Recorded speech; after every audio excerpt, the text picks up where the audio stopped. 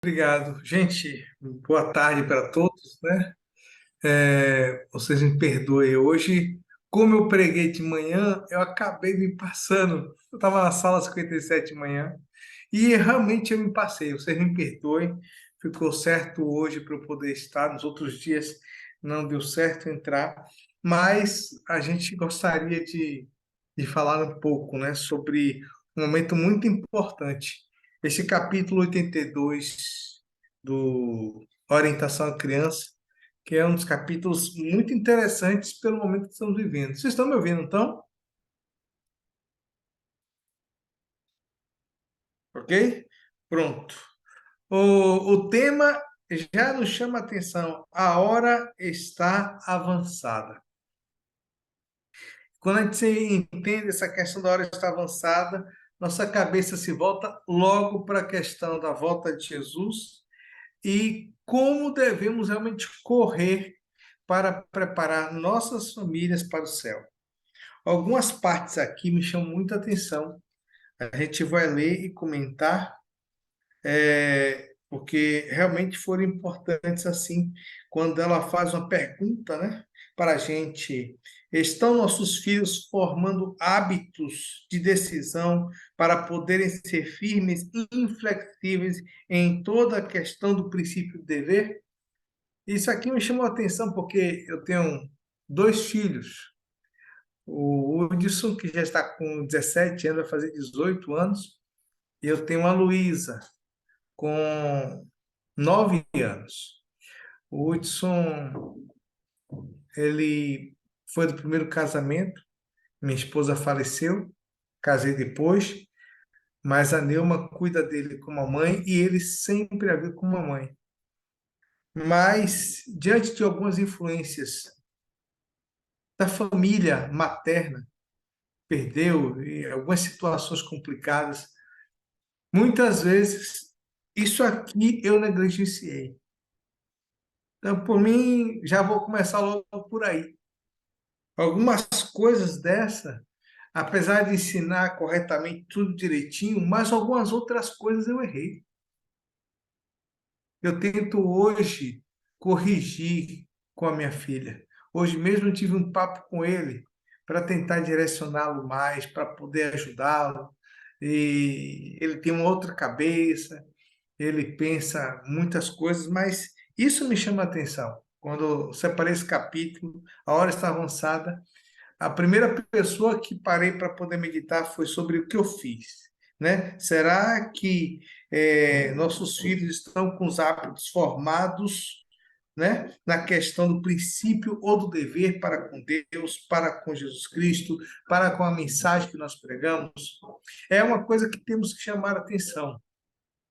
É lógico, nós não somos perfeitos, todos nós podemos errar, mas o que a gente puder fazer para não errar vai ser melhor. Na tentativa, muitas vezes, de querer ganhar o coração de Hudson, não fui relapso ao exemplo, relapso quanto a ensino da verdade. Aqui em casa sempre a gente faz o culto, estudamos profecia, mas eu sinto que eu poderia ter sido mais firme e não tentado negociar, tentando ganhar um pouquinho mais o carinho de meu filho em favor do que acontecia por conta da família materna, como estava assediando ele trabalhando. Eu deveria estar firme, muito mais nesse aspecto. Hoje, meu filho, graças a Deus, está bem, está firme na igreja, mas eu sinto algumas fraquezas dele nisso aí. E eu fui o responsável por isso. Então, já de antemão, já começo a dizer para vocês como esse capítulo me chamou a atenção para que a gente possa entender. A gente precisa preparar nossos filhos para as avassaladoras surpresas que irão vir a este mundo. E eu creio que, eu não sei como é que está aí na Europa, mas no Brasil o negócio já está pegando fogo. Geralmente, quando pega fogo aí a floresta já foi toda dizimada, né? Eu não sei se essa é a verdade. A impressão que a gente tem é que o mundo cada vez mais está preparando coisas para que nós, como povo de Deus, não esteja preparado para esse momento que está sobrevindo ao mundo. É um momento de lutas, dificuldades. e momento de tomar decisões, momento de escolher por Deus, momento de ficar firme em todos os aspectos do Evangelho, porque Jesus está voltando e muitas vezes temos visto e criado uma geração que não tem firmeza, não tem decisões a serem tomadas. E ela diz assim: muitas famílias não estão preparadas. Imagina só. É para a gente parar um pouquinho e pensar: eu estou preparado, minha família está preparada. Gente, eu vou falar assim para vocês: se tem alguma coisa mais importante, tá? Com minha esposa agora, eh, eu tenho muitos planos, muitos sonhos para a família, mas o maior sonho que a gente pode passar para a família, a maior visão que a gente pode passar para eles, é de que Jesus está voltando e preparar nossa família para a eternidade. Eu não sou muito a favor daqueles. Aqui tem algumas pessoas que se colocam contra a igreja, porque acham que a igreja tem que dar a ordem de todo mundo ir para o campo. E todo mundo sai das cidades e aquele terror é tocado. Eu não sou a favor disso, mas eu não tenho dúvida que estamos em um momento em que este mundo que estamos vivendo cada vez mais se caracteriza como não nosso mundo. Não sei se você sente assim. Para mim, eu estou fora de casa. É como se eu estivesse no pior lugar do mundo, no inferno. E a gente precisa levar nossa família a viver a mensagem, porque nossos filhos, eles serão usados por Deus para levar essa mensagem. Se a gente não compreender como é importante isso, a gente vai ter dificuldades. Nessa página 556, eu marquei a seguinte frase, deixa eu ler essa parte dela assim, para o pai e a mãe, o ensino correto dos filhos é a obra mais importante em sua vida. Muitas vezes a gente quer ocupar nossos filhos com, vai para uma aula de natação, vai para aquilo, vai para isso, vai. Mas e o tempo que ele passa conosco, aprendendo do amor de Cristo? As nossas experiências. Por exemplo, estamos aqui em grupos, num grupo especial de mães que oram. Nossos filhos têm aprendido a orar conosco. Nossos filhos têm aprendido a estudar a Bíblia como nós temos aprendido. É um prazer para os nossos filhos eles estudarem com a gente Espírito e Profecia. Será que eles sentem esse prazer? A gente está aqui buscando um, algo muito grande, mas não deve ser só para a gente. Deve ser para o filho, por isso que ela diz que é a obra mais importante da nossa vida.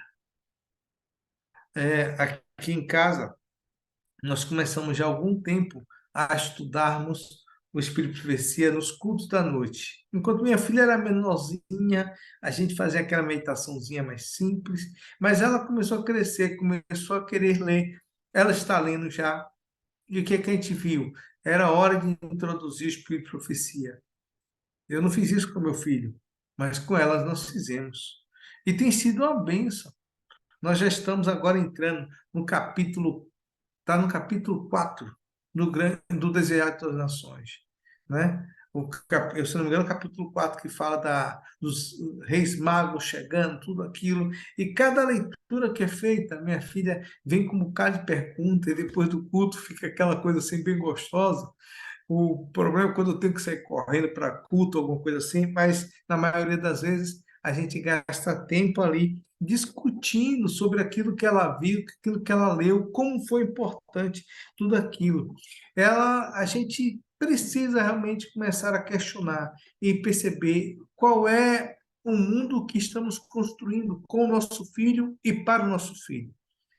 Nós podemos construir para eles um mundo onde ele coloque os depósitos de sua vida aqui, ou podemos construir um mundo com eles onde o depósito da vida deles é para a eternidade. Nossos filhos precisam ser criados com foco nas coisas imortais e não confiar nas obras mortais. Tudo isso aqui é passageiro. correr atrás do dinheiro, correr atrás de prazeres, tudo isso aqui é passageiro. Não tem nada de errado nosso filho trabalhar, enriquecer, não tem nada de errado nossos filhos saírem, curtirem, passearem. Aqui, pelo menos na Bahia, a gente tem praias quentes, né? Minha filha gosta muito de ir para a praia. Aí na Europa a água é muito fria ou é quente também? Muito fria. Fria. Então imagina, mas deve ter gente corajosa para entrar na água aí, né? Então, uma das coisas importantes que a gente pode perceber é que a gente não deixa de desfrutar algumas coisas importantes e boas que Deus criou neste mundo. Mas o foco dos nossos filhos deve ser, assim, a eternidade. Eles devem pensar e sonhar com a grande eternidade. Por isso vem essa questão de nós, como pais e mães, devemos trabalhar o grande movimento reformatório em nossos filhos. E esse reformatório é dar a eles o direcionamento, mostrar para eles que vale a pena obedecer a palavra de Deus, ficar firme com o Senhor e preparado para a eternidade. Que eles devem viver neste mundo, devem buscar, como a própria Noite disse, que nossos filhos deviam ser educados para serem cabeça e não cauda neste mundo. A gente precisa entender isso. Mas eles serem cabeça porque eles pertencem a outro reino, pertencem a outro mundo, pertencem a outra esfera. E isto é para que eles, sendo cabeça, sejam exemplos para o mundo. Nós devemos usar tudo isso para que nossos jovens, né, que precisam de auxílio, precisam da sua orientação, eles possam erguer e ser animados de maneira que eles desejem, de modo claro, viver um espírito santificado. Satanás está cercando nossas famílias de várias formas para poder fazer de tudo para que isso não aconteça.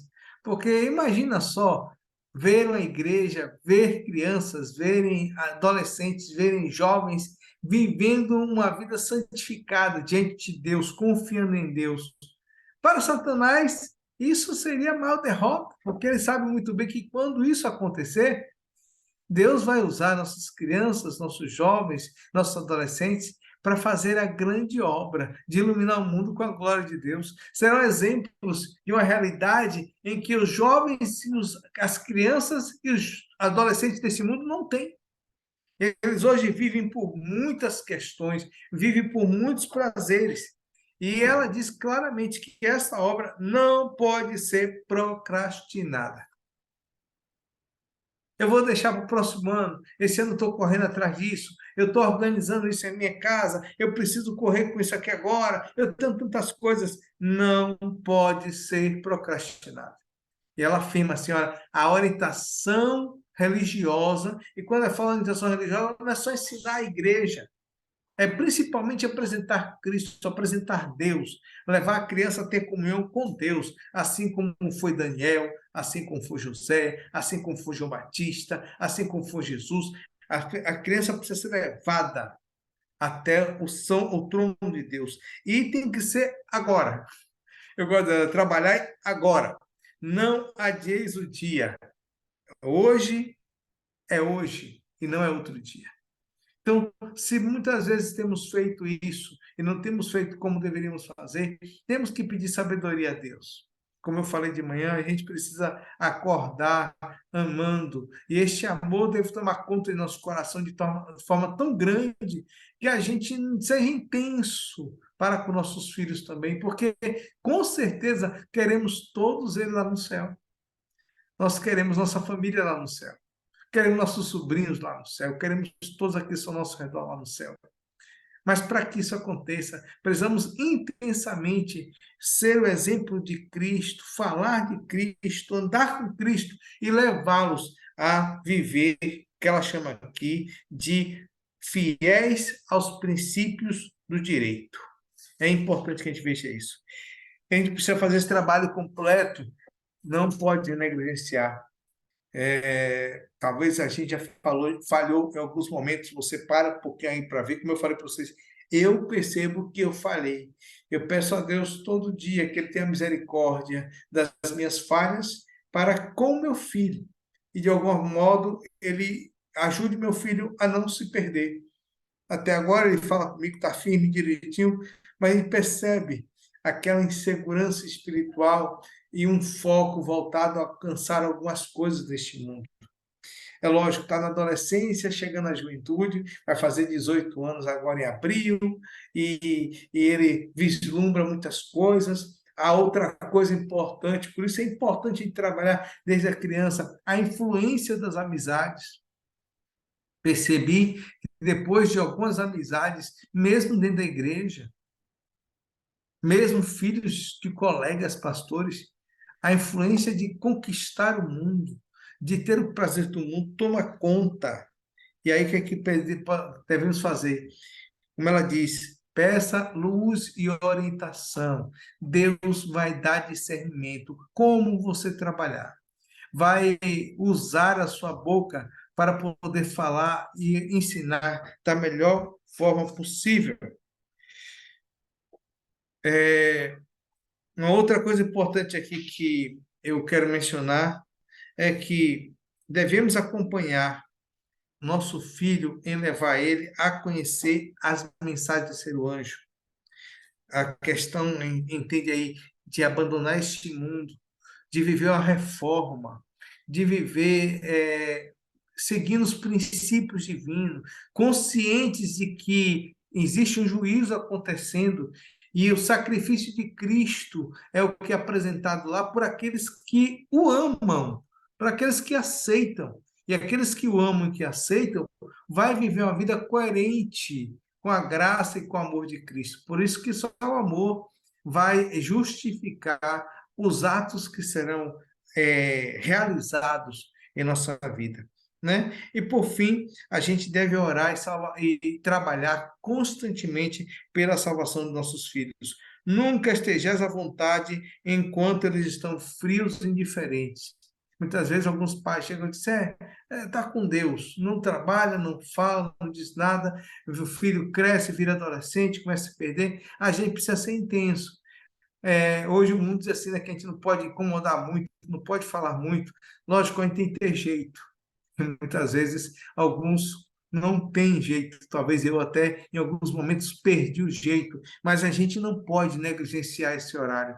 Mesmo que eles estejam assim, fraquejando, fracassando, estejam muitas vezes distantes daquilo que o Senhor espera, do temor do Senhor, que é o princípio da sabedoria. Mesmo assim, precisamos buscar essa sabedoria e sermos intensivos no objetivo de ajudar nossos filhos a viver de acordo com a lei de Deus, com os princípios de Deus, porque o momento está chegando. E, para finalizar, eu quero só ler esse último parágrafo aqui, que diz o seguinte: dirigidos e ensinados pela piedosa instrução no lar, pela influência do culto da manhã e da noite, e pelo exemplo coerente dos pais que amam e temem a Deus, aprenderam e submetem-se a Deus como seu ensinador e estão preparados para prestar-lhe serviço aceitável como filhos e filhas fiéis. Tais jovens estão preparados para expor ao mundo o poder e a graça de Cristo.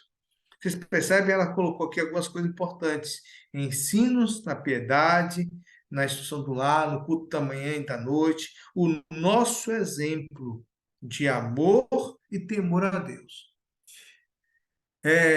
Eu não preparei aqui esse texto, não sei onde está agora, mas tem um texto que ela te diz que a gente poderá fazer tudo isso correto, e mesmo assim, nossos filhos escolherem ainda não se salvarem. E estaremos diante de Deus sem nenhuma responsabilidade concernente à perda deles. Mas é importante que a gente sempre sonhe em nunca acontecer isso. E nem devemos lavar as mãos diante de fracassos no passado, de falta de fervor de nossos filhos no presente. Porque a oração, a nossa comunhão com Deus, o nosso chamado para que eles possam retornar, tudo isso faz parte ainda do plano de Deus para salvar nossos filhos, nossas filhas, crianças, adolescentes e jovens. Por isso, queridos, vamos trabalhar para que cada dia mais nossos filhos sejam fiéis, porque a hora já está avançada. Jesus, daqui a pouco, aparece nas nuvens dos céus. E eu desejo realmente que minha família e a sua família possam estar preparados para estar no céu em breve com Cristo Jesus. Tá? Que Deus abençoe a todos vocês. Muito obrigada, pastor. Será que pode fazer uma oração para nós, por favor? Posso sim. Obrigada. Vamos orar então. Querido Deus, queremos te pedir encarecidamente, Senhor, que tu possas perdoar todas as falhas que cometemos como pais e mães na hora de direcionar nossos filhos, seja elas por falta do ensino, falta do exemplo, mas nesse momento te peço, Senhor, encarecidamente, ciente de que estamos bem perto do momento da volta de Jesus e temos que levar nossos filhos a viverem esta alegria da salvação, este amor e o temor a Deus, o respeito a Deus, a obediência a Deus. Se alguma coisa falhamos, que teu Santo Espírito, por favor, possa corrigi-los.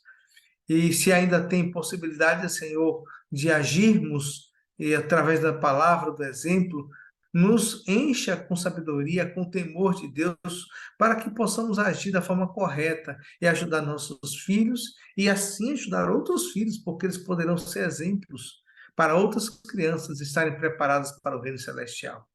Que o Senhor possa nos abençoar, cuide de nós, nos oriente a cada momento. É a nossa oração em nome de Jesus. Amém, Senhor. Amém.